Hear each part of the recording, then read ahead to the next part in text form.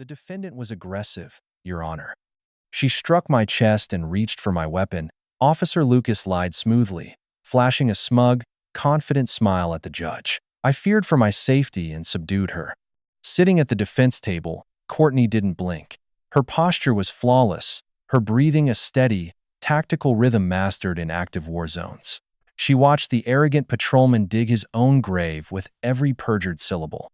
He thought he was breaking a helpless civilian. He didn't know he was testifying against a Tier 1 Navy SEAL commander. The coastal highway was a ribbon of slick black asphalt under the torrential downpour of a Tuesday midnight. For Courtney, the rhythmic thrum of the windshield wipers was a welcome change from the deafening roar of Black Hawk rotors and the staccato bursts of gunfire she had left behind in a classified desert op just 72 hours prior.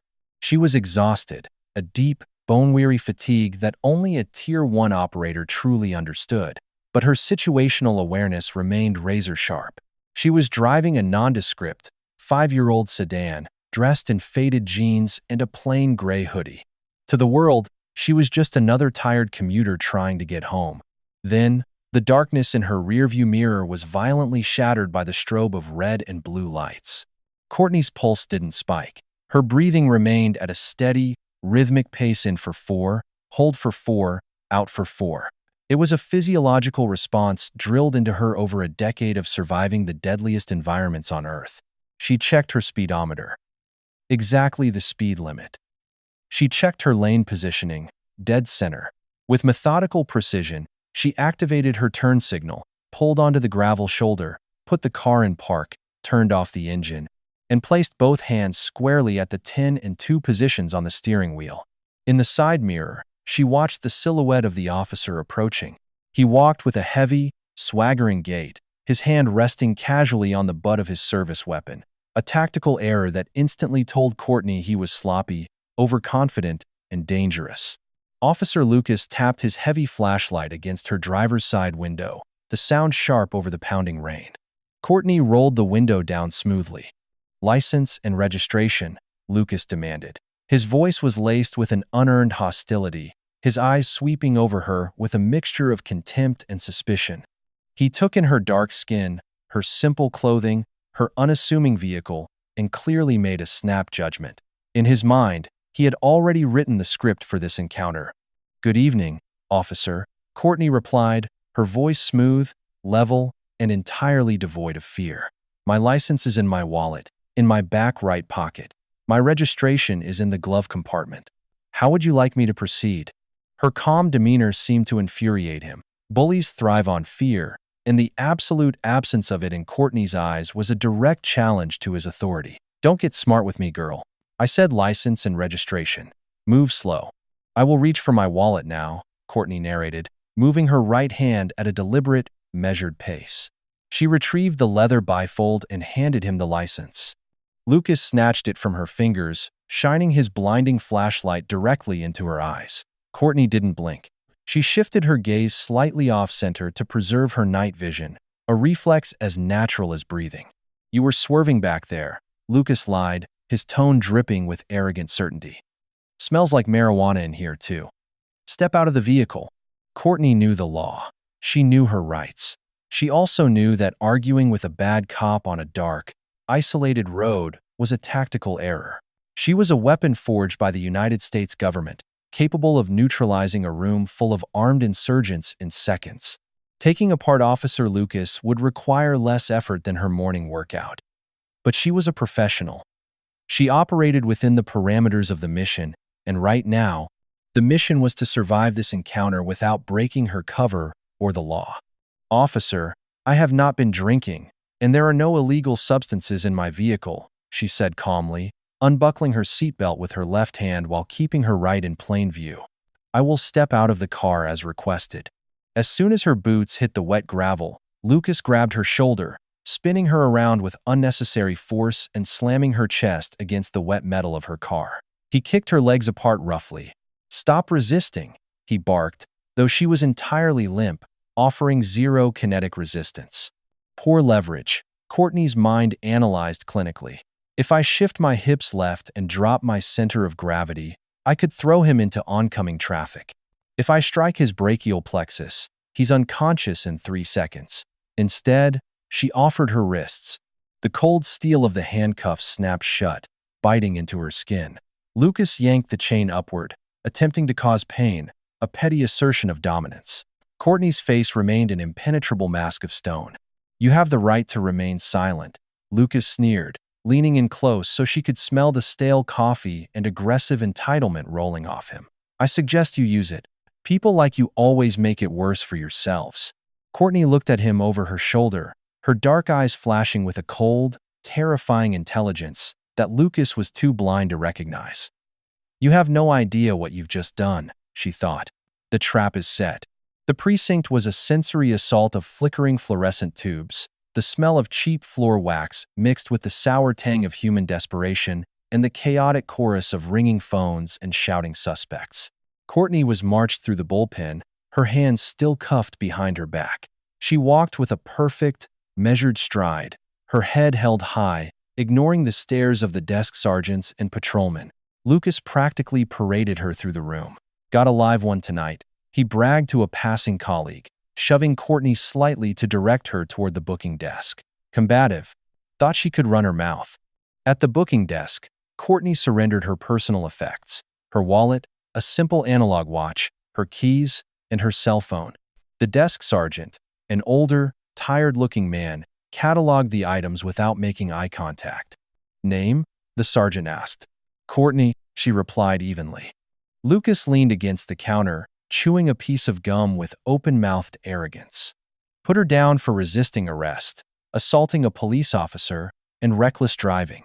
I'll have the report typed up in an hour." Courtney's eyes flicked to Lucas. Assaulting an officer. It was a felony charge, a career-ending, life-destroying lie. She felt a brief, microscopic flare of righteous anger, but she immediately suppressed it, funneling it into the cold, calculated compartment of her mind where she stored her battle plans. This wasn't just a bad traffic stop anymore. This was a systemic abuse of power, and she was going to burn it to the ground. "You have the right to a phone call," the desk sergeant mumbled, gesturing to a grimy wall phone. "I will take it," Courtney said. She picked up the receiver and dialed a secure, memorized sequence of numbers. The line clicked, routed through 3 different encrypted servers, before a crisp, commanding voice answered on the second ring. "Actual," the voice said. It was Rebecca, her commanding officer back at Coronado. "It's Courtney," she said softly, turning her back to the room so Lucas couldn't read her lips. "I've hit a snag. Currently detained at the 42nd precinct. False charges. Assault on a PO. Resisting." There was a profound, heavy silence on the other end of the line. The temperature in the room seemed to drop as the implications settled. "Are you injured, Commander?" Rebecca's voice was stripped of all warmth, replaced by a razor-sharp, lethal focus. "Negative." I complied fully. "The arresting officer is fabricating the event." "Do you require immediate extraction?" Rebecca asked. Courtney knew exactly what that meant. Rebecca could have federal agents or military police kicking the precinct doors off their hinges in under 20 minutes. "Negative," Courtney replied, her eyes tracking Lucas as he laughed with another cop across the room. "Let them play their hand. I want to see this through the judicial system. If he's doing this to me, he's doing it to civilians who can't fight back. I need to expose the root." "Understood," Rebecca said, a hint of predatory anticipation entering her tone. "We'll prepare the package. Sit tight, Commander. Give them enough rope." "Copy that." Out. Courtney hung up the phone.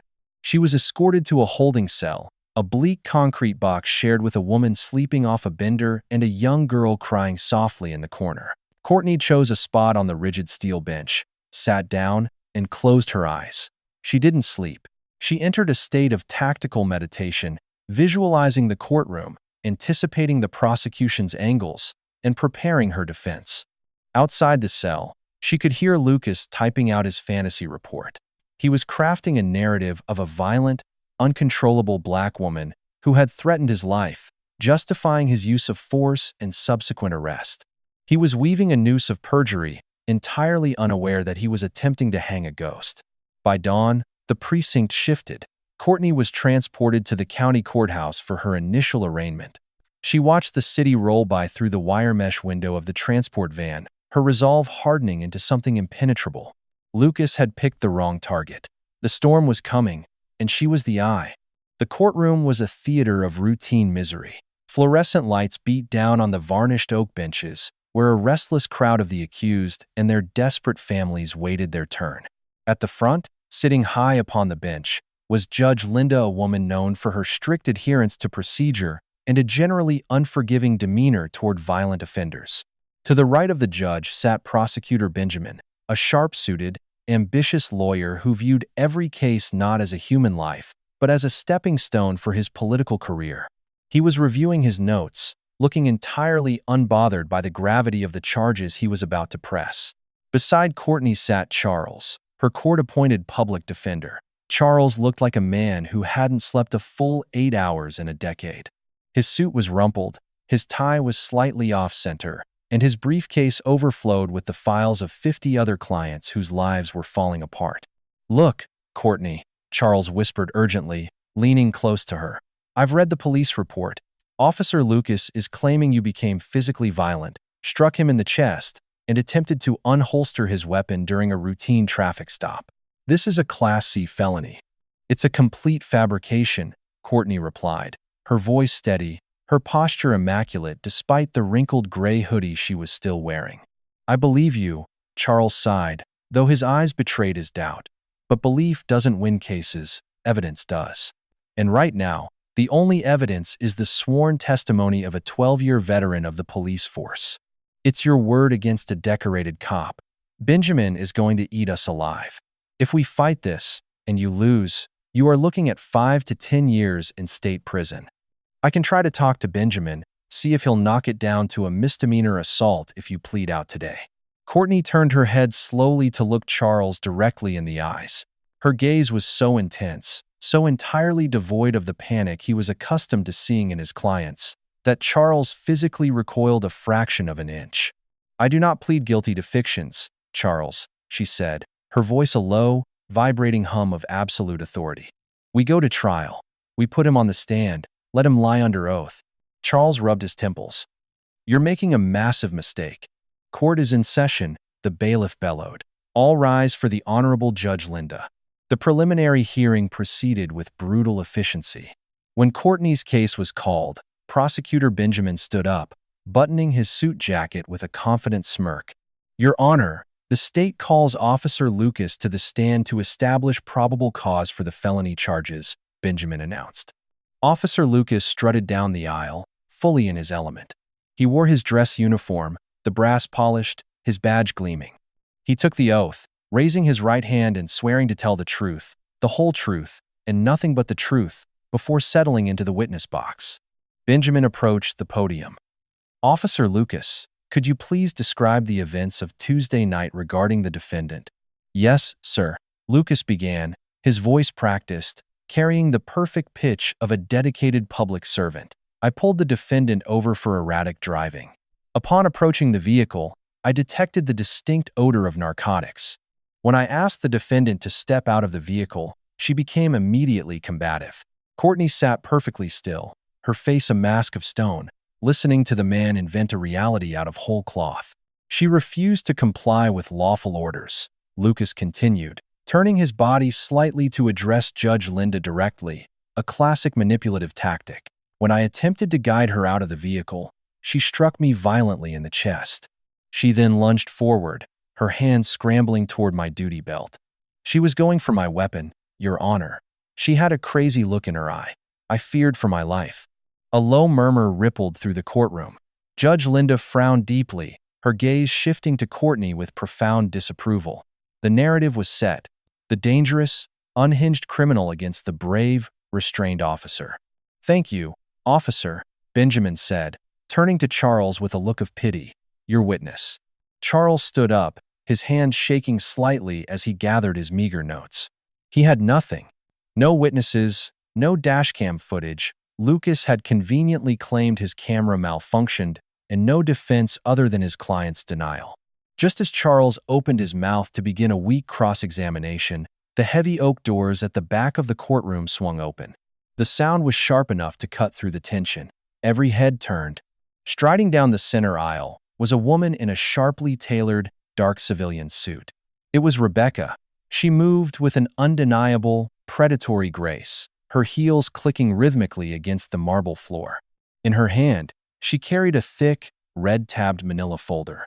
She bypassed the wooden gate, dividing the gallery from the court without pausing, ignoring the bailiff who stepped forward to stop her. "Excuse me, ma'am. You can't be back here," the bailiff warned, reaching for his belt. Rebecca flashed a laminated credential card that made the bailiff freeze instantly, his eyes widening. She walked directly to the defense table and slammed the heavy folder down right in front of Charles. "Counselor," Rebecca whispered, her voice carrying just enough for the front row to hear. "I believe you are missing some vital discovery materials regarding your client." Charles stared at the folder, bewildered. He opened it. The first page was a heavily redacted Department of Defense document. The second page was a service record. Charles's eyes darted across the pages, absorbing the words. Naval Special Warfare Development Group. Tier 1. Master Chief, Commander. Classified Operations. Silver Star. Charles stopped breathing. He looked up at Courtney. Courtney didn't look at him. She was staring dead at Officer Lucas on the stand. Slowly, deliberately, she offered him a single, chilling smile. Charles cleared his throat, suddenly feeling the weight of a nuclear arsenal in his hands. He stood up straighter, his voice suddenly finding a booming resonance he didn't know he possessed. "Your Honor, I have a few questions for the officer." The silence in the courtroom was absolute, possessing a physical weight that pressed down on every soul present. Charles, a man who had spent his entire career apologizing for the indiscretions of petty thieves and desperate addicts, suddenly stood with the posture of an apex predator. The red-tabbed folder in his hands felt less like a legal document and more like a loaded weapon with the safety disengaged. He approached the podium. The nervous tremor that usually accompanied his cross-examinations had vanished, replaced by an icy, focused calm that mirrored the woman sitting stoically at the defense table. "Officer Lucas," Charles began, his voice echoing sharply in the cavernous room. "You testified under oath that the defendant, my client, became physically combative. You stated she struck you in the chest and violently attempted to disarm you. Is that your sworn testimony?" Lucas adjusted his collar, a flicker of irritation crossing his features. "Yes, counselor. Like I said, she was out of control. It took everything I had to secure her." "I see," Charles said, slowly opening the manila folder. The crisp sound of the thick, archival paper turning was the only noise in the room. "Officer Lucas, how long was your training at the police academy regarding hand-to-hand combat and weapon retention?" Prosecutor Benjamin stood up, frowning. "Objection, Your Honor, relevance. The officer's training is not on trial here. I'm establishing a baseline for the physical altercation the officer described, Your Honor," Charles countered smoothly, not taking his eyes off Lucas. Judge Linda leaned forward, intrigued by the sudden shift in the defense attorney's demeanor. Overruled. "You may answer the question, officer." "We did about 40 hours of defensive tactics," Lucas answered, his chest puffing out slightly. "I'm also a blue belt in Brazilian Jiu-Jitsu. I know how to handle myself." 40 hours. And a blue belt. "Impressive," Charles said, his tone dripping with a sarcasm that was entirely new to him. He looked down at the dossier. "Officer Lucas, are you familiar with the Naval Special Warfare Development Group?" Lucas blinked, caught off guard by the non-sequitur. "You mean SEAL Team 6? Sure. I watch movies. What does that have to do with this?" "Because, Officer Lucas, you are currently under oath, testifying that you successfully fended off a physical assault and an attempted disarmament by Commander Courtney Vance," Charles said, his voice rising in volume and authority. He lifted the first page of the dossier for the court to see. "A Tier 1 operator with over 14 years of active combat experience. A woman who serves as a master instructor in close-quarters battle and edge weapon disarmament for the most elite lethal force on the planet." The courtroom erupted into a chaotic symphony of gasps, hushed whispers, and shifting bodies. Prosecutor Benjamin physically recoiled, knocking his pen off his desk. He stared at Courtney, who had not moved a single muscle, her face an unreadable mask of chilling discipline. Judge Linda's gavel slammed down like a thunderclap. Order, order in this court, she bellowed, her eyes wide with shock as she stared at the defense table. She pointed a trembling finger at Charles. Counselor, you had better not be playing games with this court. Are you submitting into evidence that your client is active-duty military? Not just active duty, Your Honor, Charles said, slapping a certified, stamped document onto the clerk's desk. I am submitting the unclassified portions of her service record, provided directly by the Department of Defense just moments ago. Commander Vance is a decorated war hero, a recipient of the Silver Star for gallantry in action. Furthermore, her medical file indicates a resting heart rate of 42 beats per minute and a reflex response time that borders on the superhuman. Charles turned slowly back to Lucas, who was now gripping the edges of the witness box, the color rapidly draining from his face. The smug arrogance had been entirely replaced by a creeping, suffocating terror. So, Officer Lucas, Charles purred, leaning into the microphone, I want you to look at the judge, and I want you to explain to this court how a Tier 1 Navy SEAL commander, a woman whose literal job is to neutralize armed combatants in total darkness, inexplicably struggled to take your weapon. I want you to explain how you, with your 40 hours of defensive tactics, managed to physically overpower one of the deadliest human beings walking the earth without suffering a single scratch on your body. Lucas opened his mouth, but no sound came out. He looked to Benjamin for help, but the prosecutor was busy frantically flipping through his own worthless notes, realizing he had just walked into a legal landmine. She was erratic, Lucas stammered, his voice cracking. Beads of sweat formed on his upper lip. Drugs give people crazy strength. I smelled marijuana. Ah, yes. The marijuana, Charles nodded, pulling a second sheet of paper from the magical folder Rebecca had delivered. Your Honor, I am submitting the results of an independent, full-panel blood and toxicology screening performed on Commander Vance less than 2 hours ago by the Naval Hospital, requested by her commanding officer upon her arrest. The results are completely negative. 0 narcotics, 0 alcohol. In fact, due to a classified deployment she returned from just 3 days ago, she has been in a zero-tolerance substance environment for the last 6 months. The trap had sprung. The jaws had snapped shut. Lucas was caught, dangling in the wind of his own lies, and the entire courtroom was watching him swing. The atmosphere in the courtroom had shifted from routine legal proceedings to the tense, electric charge of an execution. Prosecutor Benjamin, sweating through his expensive tailored suit, scrambled to his feet. He had to salvage this. If an officer's perjury was exposed so flagrantly on his watch, it wouldn't just be Lucas's career that went up in flames, it would be Benjamin's political aspirations as well. Your Honor, I object, Benjamin shouted, though his voice lacked its usual booming confidence. This is trial by ambush. The defense has introduced highly irregular documents without proper discovery channels. Furthermore, military accolades do not grant someone immunity from the law. The defendant could still have acted violently under stress. Judge Linda glared down at Benjamin, her patience entirely evaporated. Mr. Benjamin, the defense is submitting authenticated Department of Defense records refuting your star witness's fundamental claims of a struggle and drug use. If you want to talk about irregular, let's talk about how your office failed to vet a witness who is currently imploding on my stand. Overruled. Charles remained at the podium, riding a wave of adrenaline. He looked to the gallery, making eye contact with Rebecca, who gave him a barely perceptible nod. It was time for the kill shot. Officer Lucas, Charles resumed, his voice adopting a conversational, almost sympathetic tone that was far more terrifying than his shouting. In your official police report, you stated that your vehicle's dash-mounted camera suffered a critical storage failure at 23:40 hours exactly 2 minutes before you initiated the traffic stop on my client. Is that correct? Lucas swallowed hard, his throat dry. Yes, the IT department has been having issues with the servers. The red light was off. It didn't record. How incredibly unfortunate for the state, Charles mused. Because if it had recorded, it would have shown exactly what happened. It would have exonerated you completely, wouldn't it? Yes, Lucas said, practically begging the word to be true. It would have. Your Honor, Charles said, pivoting to face the bench. I call a new witness to the stand, Captain Rebecca Sterling, Naval Special Warfare Command. Benjamin was up again. Objection, she is not on the witness list.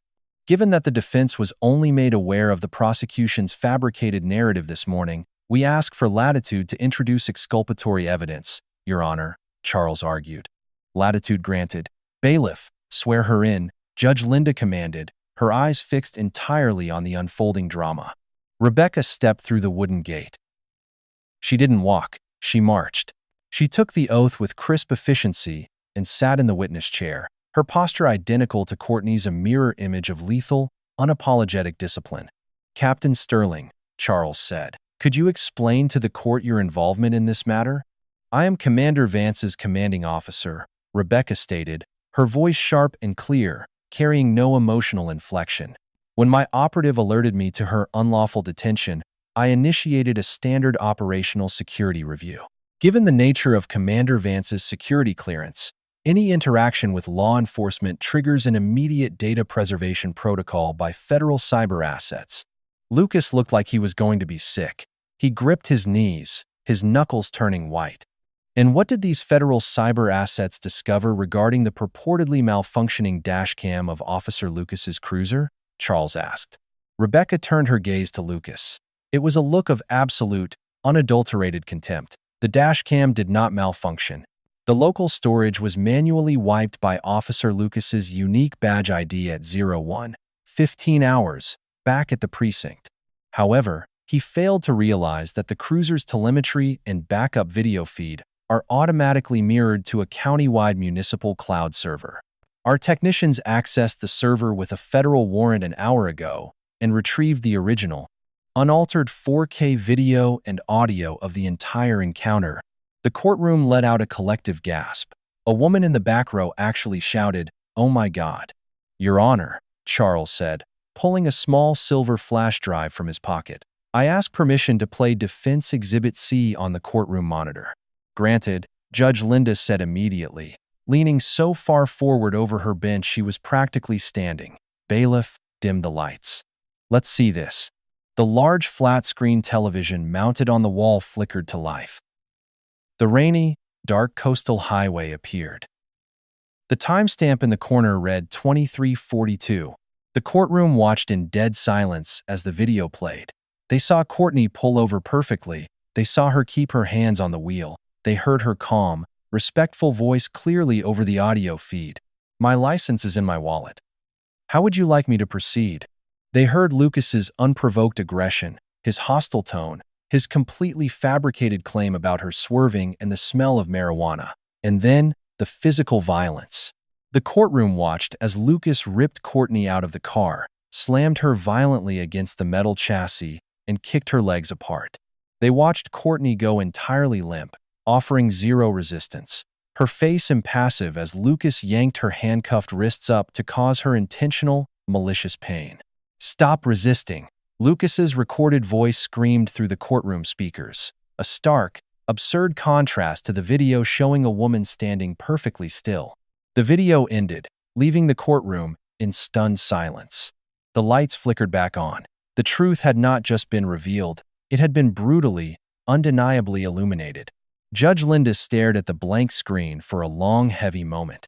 When she finally turned her head, the look she leveled at Prosecutor Benjamin and Officer Lucas was one of apocalyptic fury. The air in the courtroom felt brittle, ready to shatter. Mr. Benjamin, Judge Linda said, her voice dropping to a terrifyingly quiet register. Do you have any further questions for this witness? Or for anyone else in this courtroom, for that matter? Benjamin stood up slowly. He looked like a man who had just been informed his parachute was packed with dirty laundry. He looked at Lucas, his expression twisting from shock into deep, self-preserving disgust. He was severing ties, immediately and permanently. The state moves to drop all charges against the defendant, Your Honor. With prejudice, Benjamin stammered, frantically packing his briefcase as if the building were on fire. The prosecution was grossly misled by the arresting officer. You are damn right you were misled. Counselor, Judge Linda snapped, her voice finally exploding through the room.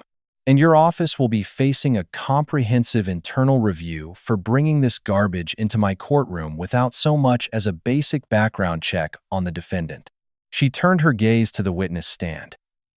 Lucas was shaking. He looked small, pathetic, and entirely broken. The swaggering predator who had operated with absolute impunity under the cover of night was now pinned under the harsh, unforgiving light of justice. "Officer Lucas," Judge Linda said, leaning over the bench, "I have sat in this chair for 15 years. I have seen the worst of humanity pass through these doors. But there is a special, unique ring of hell reserved for those who wear a badge, swear an oath to protect the public, and then use that power to brutalize and frame innocent citizens." Lucas tried to speak, but his voice was gone. He just stared at the floor, a single tear of pure panic rolling down his cheek. "You didn't just lie under oath today," the judge continued, her gavel held loosely in her hand, a physical manifestation of the impending strike. "You committed perjury. You committed assault under color of law. You filed a false police report. You attempted to destroy public records. You chose to target a woman because you thought she was vulnerable, because you thought nobody would believe her over you." Judge Linda looked past Lucas, her eyes landing on Courtney, who still sat at the defense table, her posture perfect, her expression unchanged. "You had the profound misfortune, Mr. Lucas, of choosing a target who was not only perfectly capable of destroying you physically, but who possessed the discipline to let you destroy yourself legally," Judge Linda said. She slammed the gavel down. The sound echoed like a gunshot. "Charges against Commander Courtney Vance are dismissed with prejudice. She is free to go." The judge immediately pointed her gavel at the two heavy-set bailiffs standing by the doors. "Bailiffs, take Officer Lucas into custody. He is under arrest for perjury, evidence tampering, and felony assault. No bail." The courtroom erupted into cheers and applause from the gallery. It was a spontaneous release of tension, a rare, visceral celebration of absolute justice. The bailiffs approached the witness stand. They were men Lucas had known for years, men he had shared coffee with in the break room. But there was no camaraderie now. They looked at him with the cold detachment reserved for a traitor. "Stand up, Lucas," the larger bailiff said, his hand resting on his handcuffs. Lucas stood slowly, his legs trembling so violently he nearly collapsed. He turned around, placing his hands behind his back.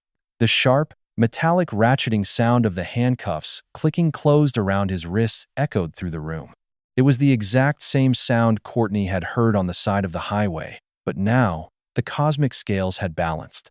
As Lucas was marched down the center aisle, his head bowed in absolute humiliation, he passed the defense table. Courtney finally stood up. She didn't gloat. She didn't smile. She just looked at him, her dark eyes locking onto his terrified, broken gaze. "You have the right to remain silent," Courtney said softly, her voice carrying only to him. "I suggest you use it." Lucas squeezed his eyes shut as the bailiff shoved him through the heavy oak doors, dragging him toward the very holding cells he had condemned so many others to. Courtney turned to Charles, who was leaning against the table, looking like he might pass out from the adrenaline crash. She reached out and firmly shook his hand. "Good work, counselor," she said. Charles laughed weakly. "I didn't do anything, Commander. You brought a nuke to a knife fight." Rebecca walked over, handing Courtney her confiscated belongings in a clear plastic bag. "Ready to go back to work, actual?" Courtney took her wallet and her watch, slipping it onto her wrist. The cold, calculated mask finally slipped, revealing a brief, genuine smile. "Let's go. We're burning daylight." Together, the two Tier 1 operators turned and walked out of the courtroom, leaving the shattered remains of a corrupt cop's life in their wake. The holding cell in the basement of the county courthouse was a miserable, suffocating concrete box. It smelled of rust, stale sweat, and generations of human despair. Officer Lucas knew this cell well. He had thrown dozens of people into it over his 12-year career, usually with a mocking laugh and a crude joke. Now, he was the one sitting on the freezing steel bench, his wrists chafing against the heavy iron cuffs linking his hands to his waist. His mind was a fractured, spinning kaleidoscope of panic. He kept waiting for the heavy steel door to open, expecting his union representative or his precinct captain to walk in with a stern scowl, slap him on the shoulder, and tell him they were sorting it out. Blue wall of silence, he chanted in his head like a desperate prayer. They take care of their own. They have to. It's a misunderstanding, a minor infraction. But the door didn't open for hours. And when it finally did, it wasn't a union rep who stepped through. It was Captain Miller from Internal Affairs, flanked by two stone-faced detectives. Miller didn't carry a clipboard. He didn't look angry. He looked entirely hollowed out, staring at Lucas with the clinical detachment of a mortician examining a particularly gruesome corpse. "Stand up, Lucas," Miller ordered, his voice echoing off the damp concrete walls. Lucas scrambled to his feet, the chains around his waist rattling loudly. "Captain, thank God. Look, this is way out of proportion. I can explain everything." "That woman, she—" "Shut your mouth," Miller interrupted, the quiet venom in his voice stopping Lucas cold. "You do not have the right to speak to me as a colleague. You are no longer a police officer. As of 10 minutes ago, the chief of police signed your immediate termination papers. You are stripped of your badge, your weapon, and your pension. You are a civilian in custody." The words hit Lucas with the kinetic force of a hollow point bullet. He staggered backward, his knees hitting the steel bench. My pension? "Captain, you can't do this. I have 12 years on the job, and we are currently reviewing every single arrest you've made in those 12 years, Miller replied, stepping further into the cell. The Department of Defense didn't just hand over that dashcam footage, Lucas. They handed it to the mayor, the police commissioner, and every major news network in the tri-state area. You are currently the lead story on national television. You didn't just disgrace yourself, you poured gasoline over this entire department and lit a match. Lucas felt the blood drain from his head. The walls of the cell seemed to shrink, pressing inward. National news? The video was public? "We served a warrant on your locker and your patrol car 30 minutes ago," one of the IA detectives chimed in, his voice dripping with disgust. "Found a very interesting secondary drop weapon taped under your passenger seat. Found a stash of unregistered narcotics in your gym bag. Looks like Commander Vance wasn't the first person you planned on framing. She was just the first one who could fight back." No, that's planted. You're setting me up." Lucas shrieked, his voice cracking into a high, pathetic whine. The bravado, the smug arrogance that had defined his entire adult life, was entirely gone, evaporated under the searing heat of absolute accountability. "Save it for your public defender," Miller said, turning his back on the broken man. "Because no high-priced defense attorney is going to touch you now. The union has officially completely disavowed you. You are radioactive, Lucas. You're entirely on your own." As Miller and the detectives walked out, the heavy steel door slammed shut, the locking mechanism echoing with finality. Miles away, in a high-rise office building, Prosecutor Benjamin was experiencing his own version of hell. His phone had not stopped ringing for 3 hours. The district attorney had screamed at him until his vocal cords gave out, threatening to disbar him for incompetence. Benjamin was desperately shredding documents, trying to distance himself from the radioactive fallout of the Lucas case. He had hitched his wagon to a corrupt cop for an easy conviction, blind to the truth, and now his political career was a burning wreckage. The karma was absolute, a systemic purge of the rot that had allowed a predator like Lucas to thrive in the darkness. 8 months later, the circus had finally come to an end. The trial of former Officer Lucas had not been a trial. It had been a prolonged, agonizing execution of his character, his freedom, and his lies. The courtroom was packed to absolute capacity. The air was thick with tension, heavy and stifling, as if the walls themselves were waiting to exhale. Reporters filled the gallery, their cameras strictly forbidden but their pens flying furiously across notepads. At the defense table sat Lucas. The transformation was jarring. The man who had strutted into this courtroom months ago in a pristine, brass-buttoned uniform now wore a faded, ill-fitting Orange County jumpsuit. His hair was entirely grayed out, his skin pasty and deeply lined. The sheer terror of spending the last 8 months in protective custody, knowing exactly what the general prison population did to disgraced, corrupt cops had aged him a decade, He was represented by a completely overwhelmed public defender who looked equally miserable to be there, staring down at his legal pad as if wishing he could sink through the floorboards. In a twist of poetic justice, Charles Courtney's former attorney was sitting in the front row of the gallery, observing the proceedings with a look of profound, quiet satisfaction. Charles had recently been promoted to head of the Public Defender's Oversight Committee, directly as a result of his handling of the Vance case. Judge Linda sat high upon the bench. She looked down at Lucas, her expression completely devoid of mercy, resembling a statue carved from cold granite. "Mr. Lucas," Judge Linda began, her voice projecting through the silent room like the tolling of a heavy bell. "You have been found guilty by a jury of your peers on 1 count of felony perjury, 1 count of evidence tampering, 1 count of assault under color of law, and 2 counts of possession of illegal narcotics with intent to distribute or, in your case, intent to plant." Lucas stared at the floor. He couldn't look at her. He couldn't look at anyone.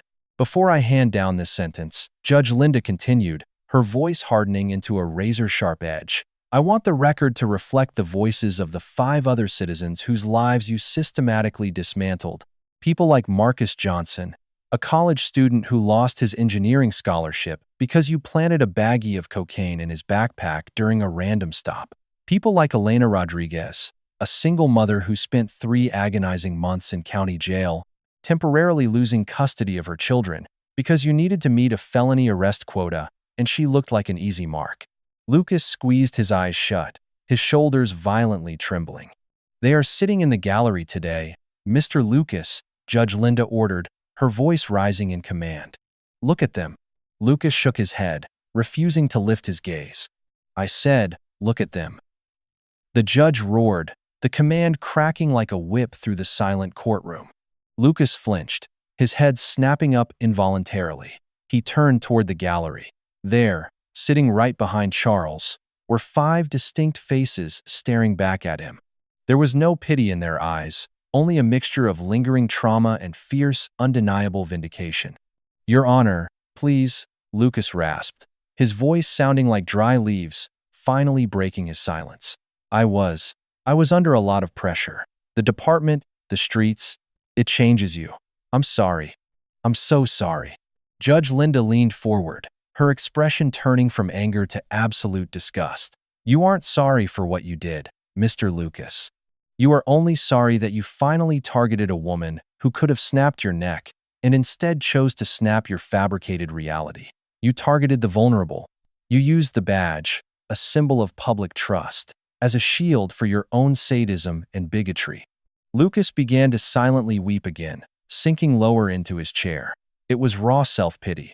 He was mourning the loss of his absolute power, mourning the realization that he was no longer the apex predator, but the prey. "You believed yourself to be above the law," Judge Linda said, her voice dropping to a terrifyingly quiet register.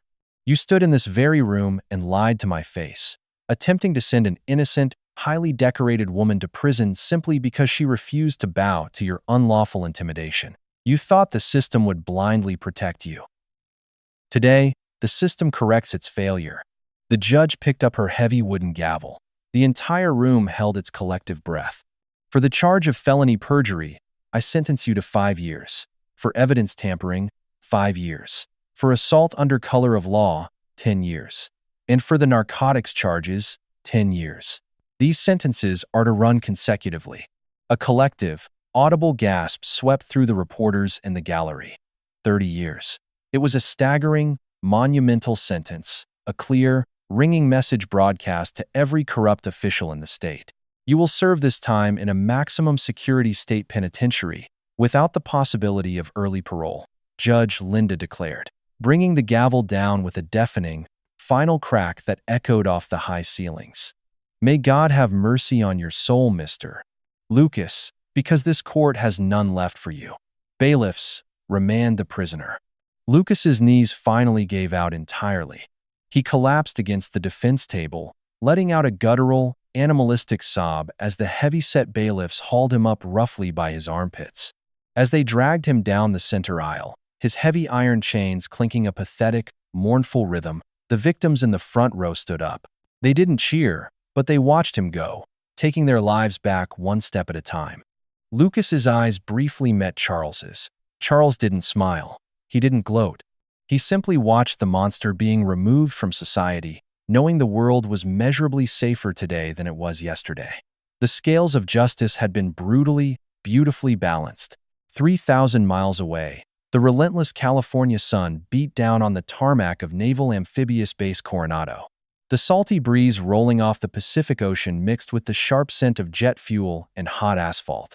Commander Courtney Vance hung upside down from a steel pull-up bar, her core engaged as she executed her 50th inverted crunch. Sweat dripped from her forehead onto the rubberized mat below. Her breathing was rhythmic, controlled, a perfect machine operating at peak efficiency. She wore unmarked tactical pants and an olive drab t-shirt soaked through with exertion. "Show off," a crisp voice called out. Courtney completed the crunch, unhooked her legs, and dropped lightly to the mat, landing without a sound. She grabbed a towel and wiped her face, looking up to see Captain Rebecca Sterling walking toward her, holding a sleek black digital tablet. "Just maintaining the baseline, Captain," Courtney replied, her tone neutral, though the faint shadow of mutual respect lingered in her eyes. "Baseline my ass. You're trying to make the new recruits cry again," Rebecca smirked. She handed the tablet to Courtney. "Thought you might want to see this. Just came across the wire." Courtney looked at the screen. It was a live news feed from the East Coast. The headline blazing across the bottom of the screen read, "Disgraced officer sentenced to 30 years in prison." The footage showed Lucas, looking ancient and broken, being shoved into the back of a prison transport bus by two massive state troopers. The doors slammed shut, and the bus pulled away, taking the corrupt cop to a nightmare of his own making. Courtney watched the short clip in complete silence. Her expression didn't change. There was no triumphant smile, no fist pump, no outward display of victory. For a Tier 1 operator, neutralizing a threat was simply the job. It didn't matter if the threat was an insurgent cell in the mountains of a foreign country or a badge-wearing predator on a rainy domestic highway. A threat was a threat, and it had been neutralized. 30 years, Rebecca mused, leaning against the steel rig. General population is going to eat him alive. He's going to spend every day looking over his shoulder, waiting for the dark. I'd say that's a fitting end. "It's not an end, Captain," Courtney said quietly, handing the tablet back. "It's just a correction. He was a symptom of a larger disease. But taking him off the board, it means someone else's daughter, or brother, or mother gets to make it home safely tonight. That's the mission." Rebecca nodded slowly, her eyes tracking a flight of Seahawk helicopters roaring overhead in a tight V formation. "The district attorney's office over there is being gutted. The DOJ is stepping in to oversee the precinct. You didn't just take down one bad cop, Courtney. You leveled the whole corrupt foundation." "I just stood still and let him hit me," Courtney replied, adjusting the Velcro straps on her tactical boots. "He did the rest." "That's the deadliest trap there is," Rebecca said softly. "The one they build for themselves." A sharp whistle blew across the grinder, signaling the start of the next training evolution. A squad of fresh, eager SEAL candidates jogged onto the tarmac, their faces painted with exhaustion and determination. Courtney cracked her neck, the sound sharp in the ocean breeze. The courtroom, the rain, the arrogant face of Officer Lucas, it all faded away, locked into a compartmentalized box in her mind. That battle was won. But the war, the endless, grinding work of protecting the innocent and standing as the shield in the dark, was never over. "Ready to get back to work, Commander?" Rebecca asked, her posture stiffening into military command. Courtney turned to face the incoming squad, her eyes reflecting the cold, unyielding iron of a true warrior. The ghost had returned to the shadows, right where she belonged. "Always. Actual," Courtney said. "Let's go break them." The scales of justice may sometimes tip toward the corrupt, but as Officer Lucas discovered, they inevitably crash under the weight of the truth. Commander Courtney Vance proved that the most formidable warriors aren't the ones who boast of their power, but those with the discipline to hold it in check. Her silent resilience not only shattered a bully's reign of terror, but tore down a wall of corruption, protecting countless future victims. The shadows she operates in are the very reason we walk safely in the light. If you love this tale of devastating karma and ultimate justice, please hit the like button, share this video, and subscribe for more stories of righteous revenge. Stay strong and stay tuned.